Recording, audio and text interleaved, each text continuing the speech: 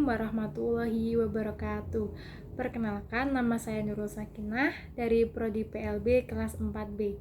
Di sini saya akan membuat video untuk tugas UAS dari dosen pengampu Ibu Sugihartati SPD MPD. Materi yang akan saya bahas tidak lain dari tentang masalah sosial. Nah, yang pertama, saya akan membahas mengenai pengertian gepeng. Gepeng itu singkatan dari gelandangan dan pengemis.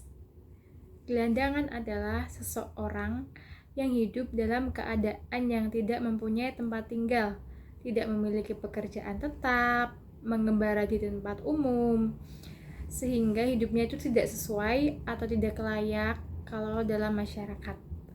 Nah, sedangkan pengemis adalah seseorang yang mendapat penghasilan dengan minta-minta di tempat umum dan dengan berbagai cara dan alasan untuk mendapatkan belas kasihan orang lain. Nah, gelandangan dan pengemis ini adalah seseorang yang hidup menggelandang sekaligus mengemis. Oleh karena itu, dia tidak mempunyai tempat tinggal tetap, sehingga berbagai alasan harus mereka ajukan untuk mendapatkan belas kasihan, dan mereka harus tinggal di kolong jembatan, taman umum maupun pinggir jalan, stasiun kereta, mengemper di depan toko, seperti itu. Nah, karakteristik dari mereka itu sendiri ada tidak memiliki tempat tinggal yang pertama, karena mereka itu hidup di tempat umum dimanapun, dan dia itu tidurnya juga di mana saja, bisa di depan toko atau di tempat umum lainnya. Terus mereka hidup di bawah garis kemiskinan. Nah, karena mereka hidupnya itu tidak teratur, hidupnya tidak layak, tidak mempunyai pekerjaan dan penghasilan tetap, sehingga mereka tidak punya penghasilan, sehingga hidup mereka itu di bawah garis kemiskinan. Nah, yang ketiga, hidup dengan penuh ketidaknyamanan, karena mereka aja tinggalnya itu tidak punya tempat tinggal atau rumah. Jadi di tempat umum itu banyak keramaian, kotor juga. Jadi kalau misalnya dia tidur di situ tidak nyaman, terus nggak ada penghasilan, jadi nggak ada pemasukan buat misal beli makan. Kalau misalnya makan itu di tempat yang kotor kan juga tidak nyaman. Terus karakteristik selanjutnya, pasti mereka tuh memakai baju yang compang-camping. Karena apa? Mereka tuh tidak punya baju, tidak punya tempat tinggal, karena nggak ada penghasilan, jadi nggak bisa beli baju. Jadi mereka pasti menggunakan baju seperti itu. Apalagi kalau pengemis menggunakan baju compang-camping itu, tujuannya pasti untuk menarik perhatian orang lain agar belas kasihani, diberi uang, seperti itu. Nah, yang selanjutnya ada faktor penyebab dari gepeng atau gelandangan dan pengemis. Nah, ini faktornya tuh banyak ya yang terjadi. Apa yang menyebabkan gelandangan dan pengemis? Nah, yang pertama ada masalah kemiskinan. Nah, seseorang tidak mampu memenuhi kebutuhan dasar minimal dan menjangkau pelayanan umum, sehingga tidak dapat mengembangkan kehidupan pribadi maupun keluarga secara layak. Nah, yang kedua masalah pendidikan.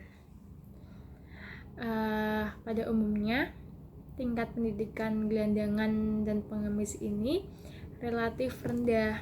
Nah, dengan pendidikan yang tadi yang pertama masalah kemiskinan, akibatnya tidak dapat membayar sekolah, jadi pendidikan sekolahnya rendah. Nah, mereka akhirnya tidak dapat mendapatkan pekerjaan yang layak, sehingga mereka memilih jalan sebagai gelandangan dan pengemis. Yang ketiga, masalah keterampilan kerja. Akibat dari pendidikan yang rendah, mereka tidak mempunyai keterampilan kerja, dan sekaligus mereka tidak mengikuti pelatihan kerja karena biasanya pelatihan kerja itu menggunakan ijazah yang standar, misalnya minimal SMA atau SLTA atau SMK. Nah, mereka mempunyai pendidikan yang rendah, misalnya sekolah dasar itu tidak tamat, jadi mereka tidak bisa mengikuti kursus pelatihan kerja karena tidak memenuhi syarat. Jadi mereka memilih jalan sebagai gelandangan dan pengemis, bisa saja seperti itu. Nah, selanjutnya ada masalah sosial budaya. Misalnya ada beberapa faktor sosial budaya yang mengakibatkan seseorang menjadi gelandangan dan pengemis. Yang pertama, rendahnya harga diri. Rendahnya harga diri kepada sekelompok orang mengakibatkan tidak memiliki rasa bamu untuk minta-minta, tidak memiliki rasa malu untuk meminta-minta. Nah, yang kedua, sikap pasrah pada nasib. Mereka menganggap bahwa kemiskinan adalah jalan mereka untuk menjadi gelandangan dan pengemis. Mereka tidak mempunyai pemikiran atau itikat buat berusaha lebih keras atau melawan nasib itu sendiri agar mereka bisa mengubah nasib mereka menjadi orang yang lebih baik. Mereka itu mematokkan standar, saya miskin, jadi saya pasti nggak bisa jadi orang sukses, saya nggak ada jalan lain buat mendapatkan uang selain mengemis, seperti itu. Nah, yang ketiga ada kebebasan dan kesenangan hidup menggelandang. Nah, sebagian dari mereka itu menganggap bahwa jadi gelandangan atau pengemis itu sebuah kebebasan hidup yang tidak penuh aturan, yang tidak ini itu. Jadi mereka tuh senang karena hidup mereka tuh bebas. Ada sebagian besar seseorang yang menganggap seperti itu, padahal itu salah. Hidup tidak teratur di jalan, menjadi gelandangan dan pengemis, itu malah kalau dipandang masyarakat itu tidak layak dan tidak enak.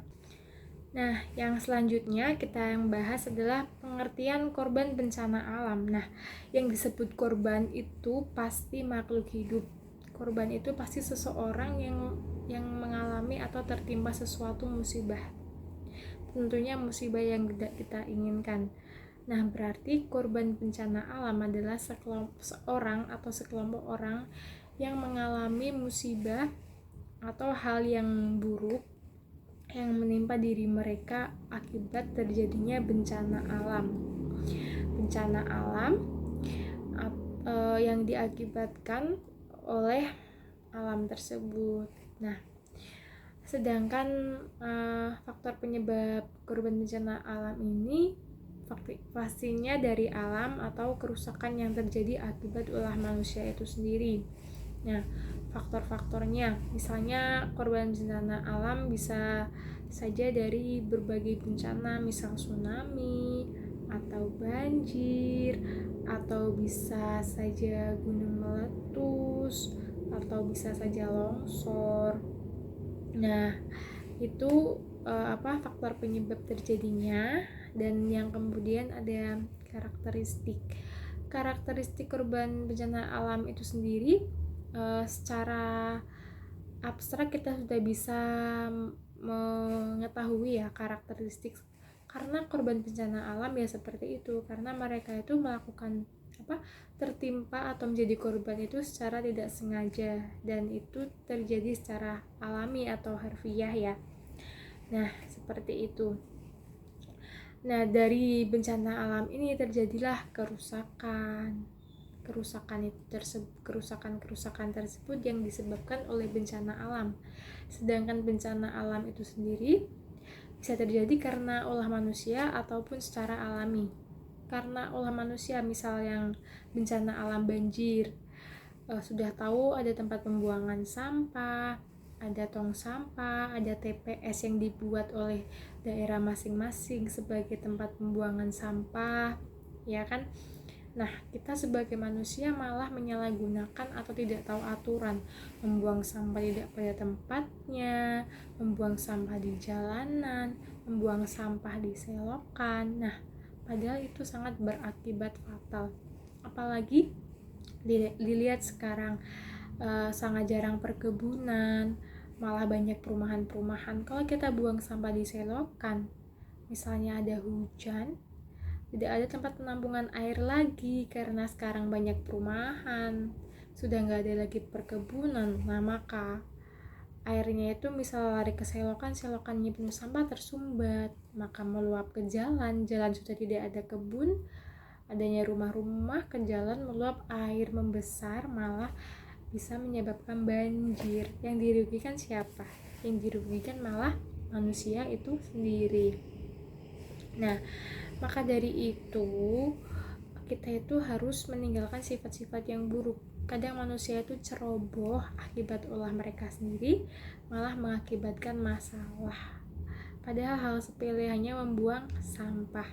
Terus contoh lain, misal tanah longsor, misal ada tebing tinggi di daerah perdesaan atau daerah mana, ada seorang biasa pengusaha atau apa yang pengen membuat kayak konstruksi atau bangunan apa yang tidak memperhatikan sekitar, misal ada tebing, misal digali, tanahnya digali, malah kan itu kan misalnya bawahnya ada penduduk desa, itu harusnya memikirkan sebab akibatnya. Jangan langsung ini punya saya, ini hak saya menggali ini buat apa usaha saya segala macam, tidak memikirkan nanti akibatnya. Nah, nanti kalau hujan tanah longsor malah menimpa penduduk setempat. Kalau misalnya penebangan juga harus melihat, karena kalau penebangan pohon itu kan pohon tuh menyerap air ya. Kalau misalnya hutan gundul, jadi nanti bisa jadi kalau hujan deras banjir bandang seperti itu. Nah, karena itu sebagai manusia harusnya itu kita sadar akan kelangsungan hidup tumbuh-tumbuhan atau makhluk hidup lainnya, supaya kita juga tidak terkena bencananya. Seperti itu ya. Nah, selain itu, mengapa kita harus tahu karakteristik bencana alam itu sendiri? Karena sebagai manusia kita itu harus pintar atau memahami karakteristik bencana-bencana tersebut. Misal kalau akan terjadi bencana, kita udah paham. Nah, kalau misalnya ada tanda, kalau misalnya hujan deras, misalnya kok air di jalanan tidak surut-surut, malah membesar, kenapa nggak ada penyerapan air atau seperti apa, nah itu kita itu bisa antisipasi, wah akan terjadi banjir sepertinya karena hujan yang deras dan terus menerus, misal sehari semalam, terus jalan atau depan rumah kita itu menggenang air, kok tidak surut-surut. Nah, itu kan kita bisa antisipasi. Dari kita tahu karakteristik bencana alam, maka kita bisa mengantisipasi untuk menjaga diri kita sendiri maupun keluarga kita. Nah, tujuannya kita mengetahui itu seperti itu. Jadi setiap hal yang kita pelajari pasti ada manfaat dan maknanya. Jadi jangan sungkan-sungkan untuk belajar. Karena kalau kita mengetahui sesuatu karakteristik bencana alam, misalnya kita dengar itu sepele, tapi hal ini justru sangat penting, karena dengan kita mengetahui, kita bisa antisipasi, kita bisa menjaga diri dan keluarga kita dari bencana yang akan terjadi. Yang selanjutnya itu ada kerusuhan. Kita sudah tidak asing lagi dengan kata kerusuhan tersebut. Nah, karena kerusuhan itu pasti sesuatu yang disebabkan antara kedua belah pihak, tidak mungkin satu individu, pasti yang minimal itu antara dua orang. Kerusuhan itu apa sih?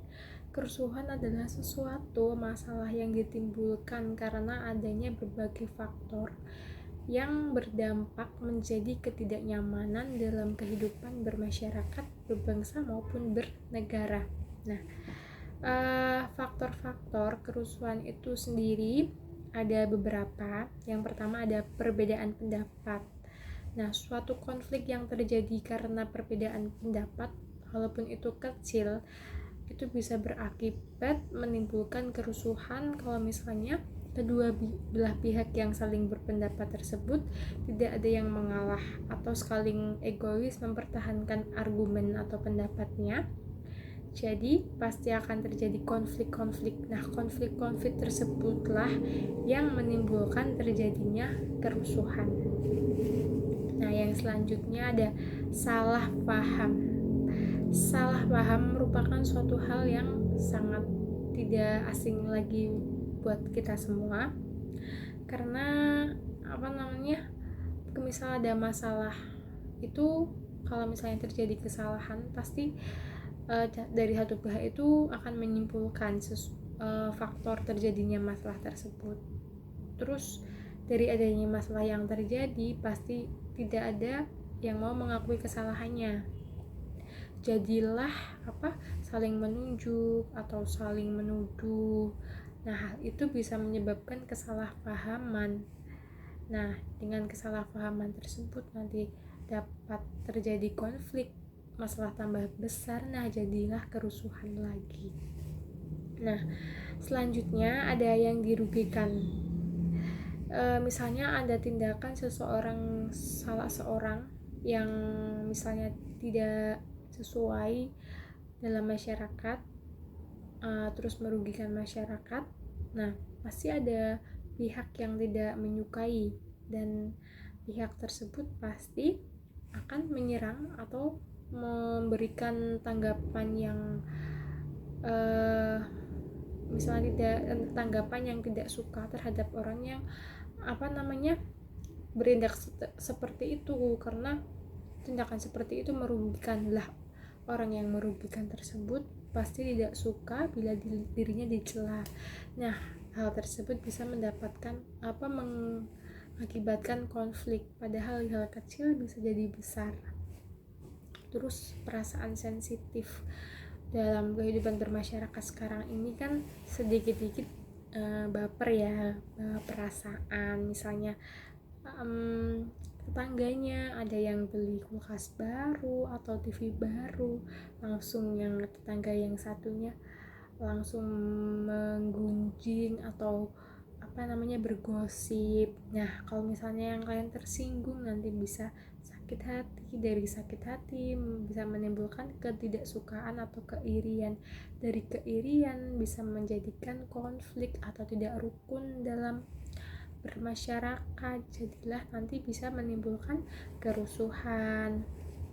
Nah, yang selanjutnya ada perbedaan individu. Nah, dari perbedaan individu tersebut bisa jadi kan si A si B itu kan beda pendapat.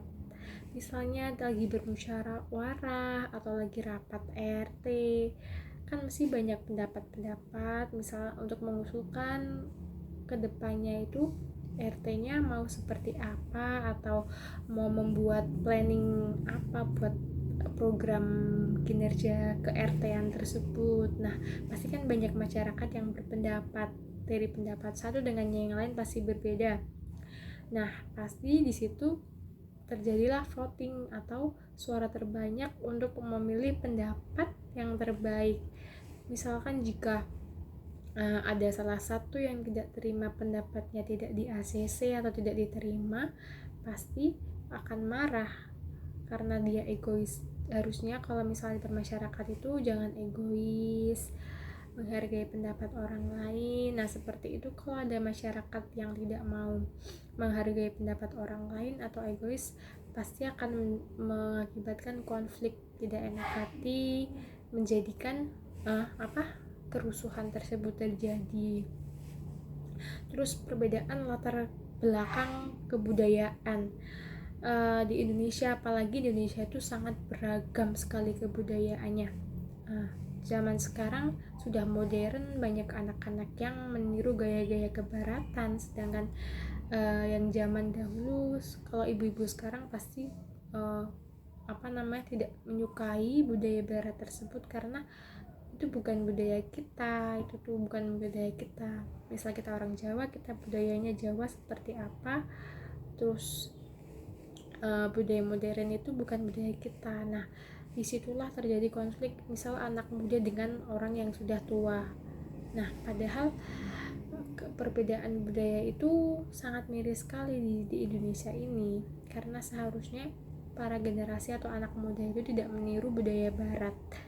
Nah, kita itu harus, generasi muda harus tetap mempertahankan budaya kita, jangan mau meniru budaya barat karena itu tidak sesuai dengan budaya kita, dan itu juga salah satu bentuk penjajahan secara tidak langsung. Kita tuh dibodohi oleh media, kita melihat dunia luar, budaya luar, kita menirunya, padahal secara tidak langsung itu bentuk penjajahan supaya kita tuh diintimidasi oleh budaya luar.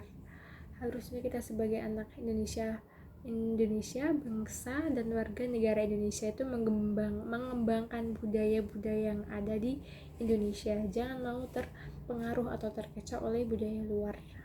Nah, yang selanjutnya kita bahas itu suku terasing. Sudah dari bahasanya itu kita sudah tahu terasing itu berarti terisolasi. Nah, yang selanjutnya yang kita bahas itu adalah suku terasing. Nah, suku terasing adalah suatu suku yang terisolasi dari dunia luar atau tidak tahu dunia luar, hanya dunia mereka saja, suku yang terdalam ya. Dan suku ini itu tidak mau memodernisasikan sukunya. Jadi mereka itu masih kekeh dengan suku mereka yang dari nenek moyang dulu, dan masih sangat alami sekali, dan tidak tercampur atau terkontaminasi sama sekali dari suku luar. Nah, penyebab suku terasing tersebut itu juga dari sukunya tersebut, karena itu mereka tidak mau memodernisasikan sukunya. Mereka itu tetap berpegang teguh pada prinsip mereka yang masih menganut nenek moyang, karena biar bagaimanapun mereka terlahir dari para suhu atau kepala suku mereka, dan mereka tidak mau mengkhianatinya. Terus pemikiran mereka yang sangat belum modern, karena mereka tuh masih menganut yang dahulu, karena mereka itu hidupnya di pedalaman dan tidak mau terkontaminasi dengan suku luar atau daerah luar gitu. Nah, jadi faktor penghambatnya mereka tidak ada perubahan sosial ya, karena masyarakat suku pedalaman tersebut itu masih sangat alami ya, dan tidak mau berkembang atau tidak mau terkontaminasi dengan dunia luar. Nah, jadi mereka itu sangat terhambat proses perubahan sosialnya. Nah, yang selanjutnya kita akan membahas tentang geng motor. Sudah tidak asing lagi bagi kita semua, para generasi anak muda sekarang yang melihat para generasi anak muda sekarang pada geng-gengan. Tidak hanya geng motor, sebenarnya ada juga geng yang lain ya. Nah, apa sih geng motor itu? Geng motor adalah kumpulan atau sekelompok orang atau anak remaja, bisa orang tua juga, berarti sekelompok orang yang melakukan pengendaraan sepeda motor di jalanan, baik itu tujuannya untuk konvoi atau bersenang-senang atau kegiatan mereka sendiri, misal jalan-jalan.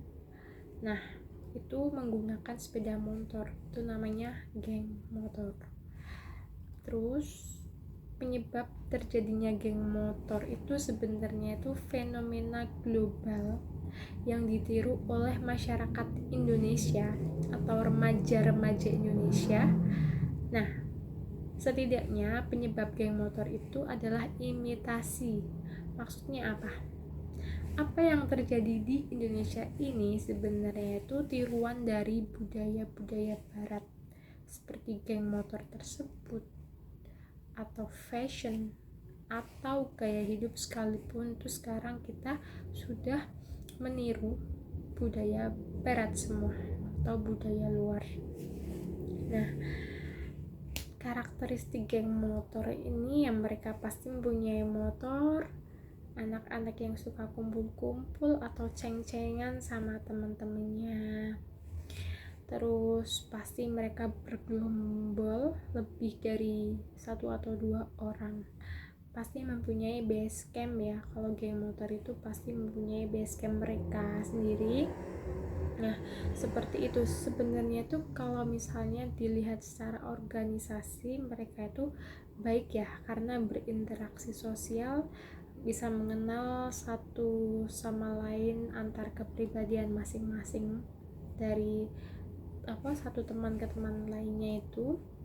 Jadi bisa berbagi kisah hidup, bisa mengambil hikmah, maksudnya seperti itu. Tapi kalau dilihat dalam konteks yang mereka lakukan, misal mengendarai motor di jalan dengan cara konvoy dan tidak tahu aturan pengendara motor di jalan yang baik, itu akan merugikan masyarakat umum. Nah, seperti itu. Tapi kalau dilihat zaman sekarang, geng motor itu banyak yang meresahkan warga atau masyarakat karena mereka tuh biasanya kalau tidak berpendidikan itu naik motornya secara ugal-ugalan. Nah, seperti itu. Karena beda ya geng motor yang liar sama geng motor yang emang geng motor itu dibentuk karena keorganisasian. Nah, seperti itu. Nah, yang selanjutnya itu ada penanggulangan terhadap anak penyandang masalah sosial. Penanggulangan kita sudah tahu ya, berarti cara menanggulangi atau solusi dari anak penyandang masalah sosial itu baiknya seperti apa. Nah, sepertinya yang kita lihat di masyarakat umum atau era sekarang itu biasanya itu dilakukan rehabilitasi sosial. Tujuannya buat apa? Nah, sebelumnya pasti kalau misalnya rehabilitasi itu ada timnya dan mereka itu pasti ada tugasnya. Nah, tugas dari tim rehabilitasi itu bisa buat melaksanakan atau mereka merumuskan kebijakan yang perlu dilakukan untuk mengatasi anak dengan masalah sosial, terus penyusunan norma-norma atau standar prosedur dan kriteria agar mereka bisa menerapkan kepada anak penyandang masalah sosial tersebut. Terus pemberian bimbingan teknis dan supervisi kepada anak dengan masalah sosial. Terus melakukan evaluasi dan pelaporan pelaksanaan kegiatan pada rehabilitasi anak sosial tersebut. Nah, itu biasanya yang dilakukan tim rehabilitasi ya. Nah, selain itu ada juga Lembaga Kesejahteraan Sosial Anak atau LKSA. Nah, ini lembaga organisasi atau perkumpulan sosial yang melaksanakan penyelenggaraan kesejahteraan sosial yang dibentuk oleh masyarakat. Nah, jadi pemerintah itu sebenarnya sudah menanggulangi adanya masalah sosial, tapi kadang masyarakatnya itu yang tidak mau nurut karena tuh mereka sudah senang dengan kebebasan mereka, jadi tidak mau diatur-atur seperti itu. Yang selanjutnya, bahasan yang terakhir ada jenis layanan pendidikan. Nah, ini sangat penting ya bagi anak dengan masalah sosial, karena itu anak dengan masalah sosial pasti sangat kurang dengan yang namanya pendidikan. Jadi mereka itu tidak terdidik sehingga menyebabkan pola hidup mereka yang seperti itu tidak beraturan dan penuh kebebasan. Yang pertama ada mobile school. Nah, yang kedua ada homeschooling. Jenis pendidikan homeschooling sudah tidak asing lagi ya. Sekolah yang dilakukan di rumah itu bisa dilakukan oleh orang tua yang takut anaknya dengan pergaulan bebas remaja misalnya, atau misalnya takut anaknya terpengaruh dengan lingkungan sekolah yang tidak baik. Itu bisa dilakukan homeschooling karena lebih terarah dan terawasi, tetapi jangan terlalu memberikan batasan buat anak sehingga dia tidak mempunyai kebebasan sedikit pun. Itu malah bisa menjadikan dia stres atau depresi. Tetap beri ruang dia buat bereksplor. Nah, yang selanjutnya pendidikan keterampilan. Nah, pendidikan keterampilan itu penting karena kita itu kalau mau bekerja harus mempunyai keterampilan. Kalau kita tidak mempunyai keterampilan, pasti kita tidak dapat mempunyai pekerjaan, karena sesuatu pekerjaan itu butuh keterampilan seseorang. Jadi pendidikan keterampilan ini sangat penting karena menambah ilmu buat kita. Nah, bagi anak penyandang masalah sosial seperti gelandangan pengemis, itu kan biasanya pendidikannya yang relatif rendah, jadi mereka tidak mempunyai sertifikat atau ijazah. Misalnya dari pemerintah membuatkan ruang atau tempat pelatihan keterampilan bagi para para penyandang anak masalah sosial tersebut. Jadi mereka itu walaupun tidak mempunyai ijazah atau tidak memenuhi kriteria, mereka itu mempunyai keterampilan karena ada balai pelatihannya. Jadi mereka bisa bekerja. Kebanyakan mereka menjadi pengemis atau gelandangan karena mereka itu tahu bahwa mereka tidak mempunyai keterampilan dan tidak mempunyai ijazah, jadi mereka tidak bekerja. Nah, dengan adanya pendidikan keterampilan ini, barangkali mereka mempunyai keterampilan, jadi mereka mempunyai niat buat bekerja dan berusaha. Jadi pola pikirnya mereka itu berubah. Yang selanjutnya kejar paket ABC. Nah, ini kalau misalnya gelandangan gitu atau anak jalanan kan biasanya tuh tidak tamat sekolah. Nah, ini program kejar paket ini sangat penting sekali dan sangat berarti bagi mereka yang ingin melanjutkan sekolah dengan misalnya dengan tidak di sekolah negeri kan bisa kejar paket. Jadi mereka mempunyai ijazah. Misal mereka mempunyai keterampilan dan mereka tidak mempunyai ijazah kan misal mereka mempunyai keterampilan dan mereka tidak mempunyai ijazah, ya benar, itu kan sayang sekali keterampilannya tidak terpakai. Nah, jadi ada plan B atau planning yang lain atau jalan lain dengan kejar paket. Jadi mereka bisa tetap sekolah dan kerja, bisa mendapatkan pekerjaan yang layak dengan sertifikat atau ijazah dari kejar paket tersebut. Yang kelima ada pendidikan nilai dan sikap. Ini sangat penting zaman sekarang ini. Pendidikan nilai dan sikap itu sangat penting karena yang pertama itu pasti yang dilihat dari attitude seseorang. Sepintar apapun kita, kalau attitude atau perilaku kita jelek, itu pasti tidak akan diterima oleh masyarakat dengan baik. Nah, apalagi orang yang pintar dengan attitude yang jelek aja sudah dipandang sebelah mata, apalagi tidak mempunyai keterampilan atau bodoh dan attitude-nya jelek. Nah, itu kan sangat riskan sekali. Nah, maka dari itu pendidikan karakter atau sikap nilai itu sangat penting. Nah, yang selanjutnya pelaksanaan dan manajemen pendidikannya.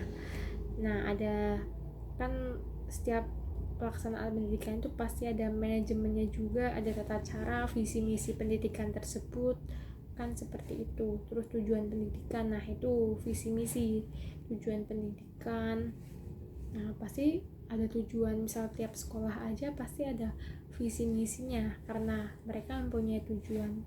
Apalagi Indonesia ini memiliki tujuan mencerdaskan kehidupan bangsa. Nah, seperti itu. Jadi kita bagi bangsa Indonesia itu harus sadar akan pendidikan itu penting.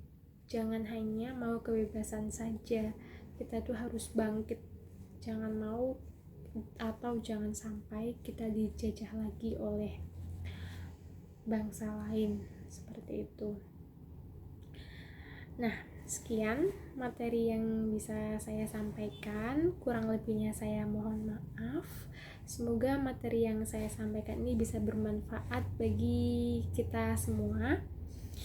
Saya akhiri, wassalamualaikum warahmatullahi wabarakatuh.